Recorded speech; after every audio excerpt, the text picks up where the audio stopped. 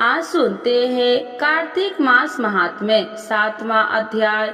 तो एक बार बोलिए प्रेम से विष्णु भगवान की जय, लक्ष्मी माता की जय, राधे कृष्ण भगवान की जय। मंगलकारी श्री हरि का सच्चा नाम ध्याओ।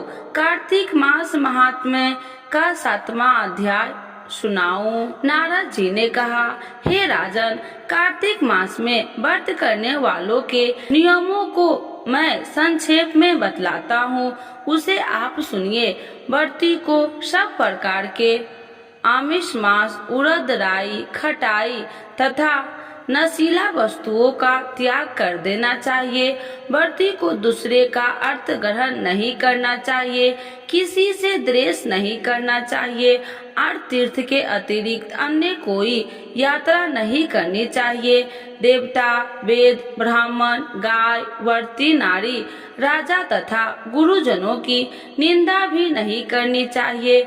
व्रती को दाल, तिल, पकवान व दान किया हुआ भोजन ग्रहण नहीं करना चाहिए। किसी की चुगली या निंदा भी नहीं करनी चाहिए।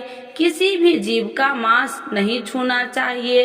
पान, कत्था, चूना, नींबू, मसूर, बासी तथा जूठे अत्र का भी प्रयोग नहीं करना चाहिए। गाय, बकरी तथा भैंस के अतिरिक्त अन्य किसी पशु का दूध नहीं पीना चाहिए।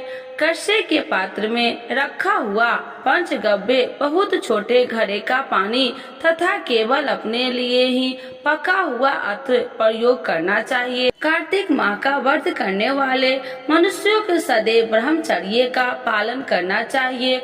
उसे धरती पर सोना चाहिए और दिन में चौथे पहर में केवल एक बार पत्तल पर भोजन करना चाहिए। व्रती कार्तिक माह में केवल नरक चतुर्दशी, जिसे छोटी दीपावली भी कहा जाता है, इस दिन ही शरीर में तेल लगा सकता है।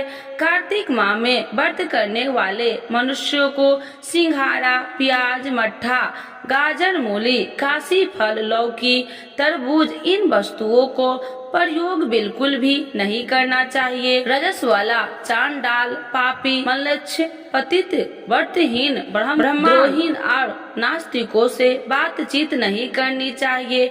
भगवान विष्णु को प्रसन्न करने के लिए अपनी शक्ति के अनुसार चंदायन आदि का व्रत करना चाहिए और उपयुक्त नियमों का पालन करना चाहिए।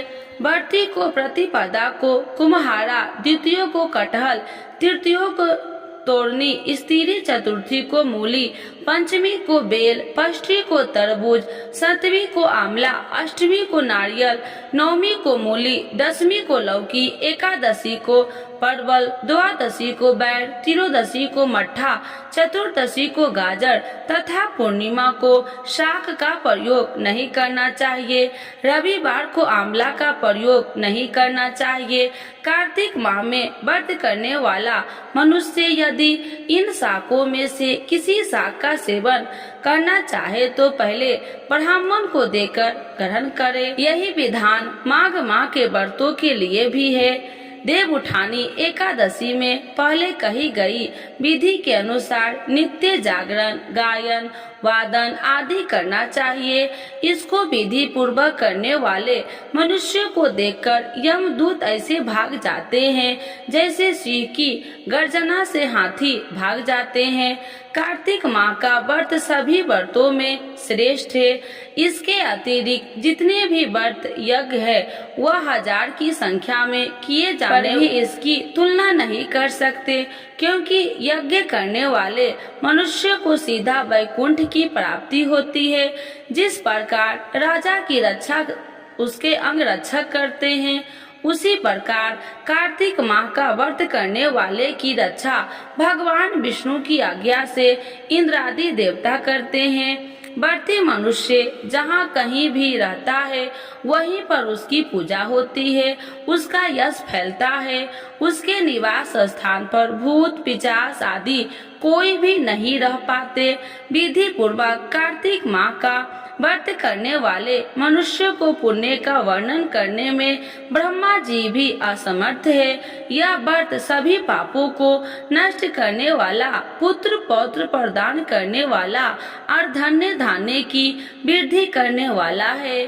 तो एक बार बोलिए प्रेम से विष्णु भगवान की जय, लक्ष्मी माता की जय, राधे कृष्ण भगवान की जय। 7वां अध्याय संपूर्ण। कार्तिक मास महात्म्य 8वां अध्याय। जिसकी दया से सरस्वती भाव रही उपजाए।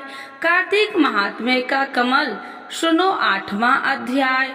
नारद जी बोले, अब मैं कार्तिक व्रत के उद्यापन का वर्णन करता हूँ, जो सब पापों का नाश करने वाला है, व्रत का पालन करने वाला है। मनुष्य कार्तिक शुक्ला चतुर्दशी को व्रत की पूर्ति और भगवान विष्णु की प्रति के लिए उद्यापन करे। तुलसी के ऊपर एक सुंदर मंडप बनवावे, उसे केले के खम्भों से संयुक्त करके नाना प्रकार की धातुओं से उसकी विचित्र शोभा बढ़ावे। मंडप के चारों ओर दीपकों को श्रेणी सुंदर ढंग से सजाकर रखे।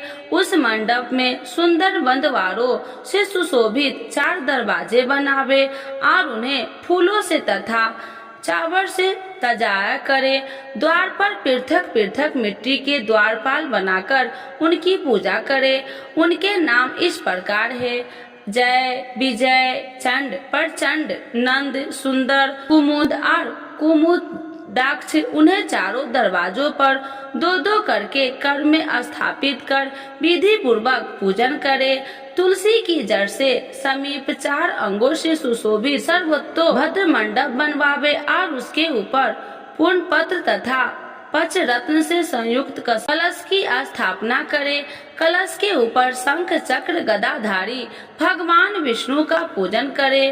भक्ति पूर्वक उस तिथि में उपवास करे तथा रात्रि में गीत वाद कीर्तन आदि मंगलमय आयोजनों के साथ जागरण करे। जो भगवान विष्णु के लिए जागरण करते समय भक्ति पूर्वक भक्त वत्सल संबंधित पदों का गान करते हैं, वे सैकड़ों जन्मों की पाप राशि से मुक्त हो जाते हैं। जो मनुष्य भगवान के नियमित जागरण करके रात्रि पर भगवान का कीर्तन करते हैं, उनको असंख्य गौदान का फल प्राप्त होता है। जो मनुष्य भगवान की मूर्ति के सामने नित्य गान करते हैं, उनके अनेक जन्मों के एकित पाप नष्ट हो जाते हैं। जो भगवान के सन्मुख बैठकर कीर्तन करते हैं और बंसुरी आदि बजाकर भगवान भक्तों को प्रसन्न करते हैं तथा भक्ति से रात्रि पर जागरण करते हैं, उन्हें करोड़ों तीर्थ करने का फल मिलता है। उसके बाद पूर्णमासी में ब्राह्मणों को निमंत्रण करे। प्रातः काल स्नान और देव पूजन करके वेदी पर अग्नि की स्थापना करे और भगवान की प्रति के लिए तिल और खीर की आहुति दे। होम की विशेष विधि पूरी करे। भक्ति पूर्वक ब्राह्मणों का पूजन करे और उन्हें यथाशक्ति दक्षिणा दे। फिर उनके इस प्रकार क्षमा प्रार्थना करे, आप सब लोग की अनुकंपा से मुझ पर भगवान सदैव प्रसन्न रहे। इस व्रत को करने से मेरे 7 जन्मों के किए हुए पाप नष्ट हो जाए और मेरी संतान चिरंजीवी हो। इस पूजा के द्वारा मेरी सभी मनोकामनाएं पूर्ण हो। मेरी मृत्यु के पश्चात मुझे अतिशय दुर्लभ विष्णु लोक की प्राप्ति हो। पूजा की समस्त वस्तुओं के साथ भी गुरु को दान में दे। उसके पश्चात घर वालों और मित्रों के साथ स्वयं भोजन करे। भगवान भवादशी तिथि को शयन से उठे, त्रयोदशी को देवताओं से मिले और चतुर्दशी को सबने उनका दर्शन एवं पूजन किया। इसीलिए उस तिथि में भगवान की पूजा करना चाहिए। गुरु की आज्ञा से भगवान विष्णु की स्वर्णमयी प्रतिमा का पूजन करें। इस पूर्णिमा को पुष्कर तीर्थ की यात्रा श्रेष्ठ मानी जाती है। कार्तिक माह में इस विधि का पालन करना चाहिए। जो इस प्रकार कार्तिक के व्रत का पालन करते हैं वे धन्य और पूजनीय है, उन्हें उत्तम फल की प्राप्ति होती है। जो भगवान विष्णु की भक्ति से तत्पर हो कार्तिक में व्रत का पालन करते हैं, उनके शरीर में स्थिर सभी पाप तत्काल नष्ट हो जाते हैं। जो श्रद्धा पूर्वक कार्तिक का उद्यापन का महात्म्य सुनता या सुनाता है, वह भगवान विष्णु का आशीर्वाद प्राप्त करता है। 8वां अध्याय पूर्ण। तो एक बार बोलिए प्रेम से विष्णु भगवान की जय, लक्ष्मी माता की जय, राधे कृष्ण भगवान की जय। कार्तिक मास महात्म्य 9वां अध्याय। तो पढ़े सुनेगा इसे वह होगा भव से पार। श्री हरि कृपा से सुना रहा 9वां अध्याय का सार। राजा पृथु ने कहा, हे मुनि श्रेष्ठ, नारद जी आपने कार्तिक माह के व्रतों में जो तुलसी की जड़ में भगवान विष्णु का निवास बताकर उस स्थान की मिट्टी की पूजा करना बतलाया, अतः मैं श्री तुलसी जी के महात्म्य को सुनना चाहता हूँ। तुलसी जी कहाँ और किस प्रकार से उत्पन्न हुई यह बताने की कृपा करे। नारद जी बोले, राजन, अब आप तुलसी जी की महत्व तथा उनके जन्म का प्राचीन इतिहास ध्यान पूर्वक सुनिए। एक बार देव गुरु बृहस्पति और देवराज इंद्र भगवान शंकर का दर्शन करने कैलाश पर्वत की ओर चले। तब भगवान शंकर ने अपने भक्तों की परीक्षा लेने के लिए जटाधारी दिगंबर का रूप धारण कर उन दोनों के मार्ग में अवरोध उत्पन्न किया। यद्यपि वह तेजस्वी, शांत, लंबी भुजा और चौड़ी छाती वाले गौण वर्ण अपने विशाल नेत्रों से युक्त तथा सिर पर जटा धारण किए वैसे ही बैठे थे। यद्यपि उन भगवान शंकर को न पहचानकर इंद्र ने उनसे उनका नाम व धाम आदि पूछते हुए कहा कि क्या भगवान शंकर ने अपने स्थान पर है या नहीं। फिर से, क्या भगवान शंकर अपने स्थान पर है या कहीं गए हुए हैं। इस पर तपस्या रूप भगवान शिव कुछ नहीं बोले। इंद्र को अपनी त्रिलोकी नाथ होने का गर्व था। उसी अहंकार के प्रभाव से वह चुप किस प्रकार रह सकता था। उसने क्रोधित होते हुए उस तेजस्वी को घूरकर कहा, अरे मैंने तुझसे कुछ पूछा है और तू उसका उत्तर भी नहीं देता। मैं भी तुझ पर वज्र का प्रहार करता हूँ, फिर देखता हूँ कि कौन तुझ दुर्मति की रक्षा करता है। इस प्रकार कहकर जैसे ही इंद्र ने उस जटाधारी दिगंबर को मारने के लिए हाथ में वज्र लिया, वैसे ही भगवान शिव ने वज्र सहित इंद्र का हाल स्तंभित कर दिया और विकराल नेत्र वाले उसे देखा। उस समय ऐसा प्रतीत हो रहा था कि वह दिगंबर प्रज्वलित हो उठा और वह अपने तेज से चला देगा। जाए अस्त हित होने के कारण इंद्र दुखित होने के साथ साथ अत्यंत कुपित भी हो गए, परंतु उस जटाधारी दिगंबर को प्रज्वलित देखकर बृहस्पति जी ने उन्हें भगवान शंकर जानकर प्रणाम किया और दंडवत होकर उनकी स्तुति करने लगे। बृहस्पति भगवान शंकर से कहने लगी, हे दीनानाथ, हे महादेव, आप अपने क्रोध को शांत कर लीजिए और इंद्र के इस अपराध को क्षमा कीजिए। बृहस्पति के यह वचन सुनकर भगवान शंकर ने गंभीर वाणी से कहा, मैं अपने नेत्र से निकले हुए क्रोध को किस प्रकार रोकूं। तब बृहस्पति देव ने कहा, भगवान, आप अपना भक्त वत्सल सार्थक करते हुए अपने भक्तों पर दया कीजिए। आप अपने इस तेज को अत्यंत स्थापित कीजिए और इंद्र का उद्धार कीजिए। तब भगवान शंकर गुरु बृहस्पति से बोले, मैं तुम्हारी स्तुति से अत्यंत प्रसन्न हूँ। तुमने इंद्र को जीवन दान दिलवाया है। मुझे विश्वास है कि मेरे नेत्रों की अग्नि अब इंद्र को पीड़ित नहीं करेगी। बृहस्पति देव से इस प्रकार कहकर भगवान शिव ने अपने मस्तक से निकाले हुए अग्निमय तेज को अपने हाथों में ले लिया और फिर उसे क्षीर सागर में डाल दिया। तत्पश्चात भगवान शंकर अंतर ध्यान हो गए।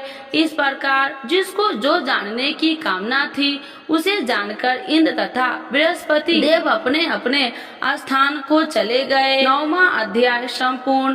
तो एक बार बोलिए प्रेम से विष्णु भगवान की जय, लक्ष्मी माता की जय, राधे कृष्ण भगवान की जय। आज सुनते हैं तुलसी माता की चालीसा।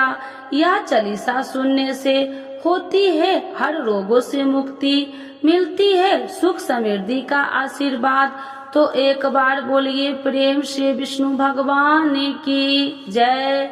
तुलसी माता की जय, भगवती माता की जय। श्री तुलसी महारानी करु विनय सिरनाय, जो मम हो संकट विकट दीजे मात नसाय। नमो नमो तुलसी महारानी, महिमा अमित न जाए बखानी। दियो विष्णु तुमको सम्माना, जग में छायो सुयस महाना। विष्णु प्रिय जय जयंती भवानी, तिहु लोक की हो सुख खानी। भगवत पूजा करे जो कोई, बिना तुम्हारे सफल न हो। जिन घर तब नहीं होए निवासा, उस पर करे विष्णु नहीं वासा। करे सदा जो तब नित्य सुमरन, ते ही के काज होए सब पूरन। कार्तिक मास महात्म्य तुम्हारा, जाको जानत सब संसारा। तब पूजन जो करे कुमारी, पावे सुंदर वर सुकुमारी। करे जो पूजा नित प्रति नारी, सुख संपत्ति से होए सुखारी। वृद्धा नारी करे जो पूजन, मिले भक्ति होवे पुलकित मन। श्रद्धा से पूजे जो कोई, भव निधि से तर जावे सोई। कथा भागवत यज्ञ करावे, तुम बिन नहीं सफलता पावे। छायो तब प्रताप जग भारी, ध्यावत तुम्हि सकल चितधारी। तुम्हि मात यत्र तंत्र में, सकल काज सीधे होवे क्षण में। औषधि रूप आप हो माता, सब जग में तब यश विख्याता। देव ऋषि मुनि और तपधारी, करत सदा तब जय जयकारी। वेद पुराणन तब यश ज्ञाया, महिमा अगम पार नहीं पाया। नमो नमो जय सुख कारिणी, नमो नमो जय दुख निवारिणी। नमो नमो सुख संपत्ति देनी, नमो नमो अख काटन छेनी। नमो नमो भक्तन दुख हरनी, नमो नमो दुष्टन मद छेनी। नमो नमो भव पार उतारिणी, नमो नमो परलोक सुधारिणी। नमो नमो निज भक्तन उबारिणी, नमो नमो जन काज सवारिणी। नमो नमो जय कुमति नशावनी, नमो नमो सब सुख उपजावनी। जयति जयति जय तुलसी माई, ध्याऊ तुमको शीश नवाई। निर्जन जानी मोहि अपनाओ, बिगड़े काज आप बनाओ। करूँ विनय मैं माते तुम्हारी, पूरन आशा करूँ हमारी। शरण चरण कर जोड़ी मनाओ, निस दिन तेरे ही गुण गाऊं। करहु मात यश अब मोह पर दाया, निर्मल होए सकल मम काया। मांगू मात या वर दीजे, सकल मनोरथ पूरन कीजे। जानू नहीं कुछ नेम उचारा, क्षमहु मात अपराध हमारा। 12 मास करे जो पूजा, ताशम जग में और न दूजा। प्रथम ही गंगा जल मंगवावे, फिर सुंदर स्नान करावे। चंदन अक्षत पुष्प चढ़ावे, धूप दीप नैवेद्य लगावे। करे आचमन गंगा जल से, ध्यान करे हृदय निर्मल से। पाठ करे फिर चालीसा की, स्तुति करे माते तुलसी की। यह विधि पूजा करे हमेशा, ताके तन नहीं रहे कलेशा। करे मास कार्तिक का साधन, शोभे नित्य पवित्र सिद्ध होई जाई। है यह कथा महासुखदाई, पढ़े सुने सो भव तर जाई। यह श्री तुलसी चालीसा, पाठ करे जो कोई। गोविंद सो फल पावही, जो मन इच्छा होई। तो एक बार बोलिए प्रेम से विष्णु भगवान की जय। तुलसी माता की जय, भगवती माता की जय। सर्व देवी देवताओं की जय।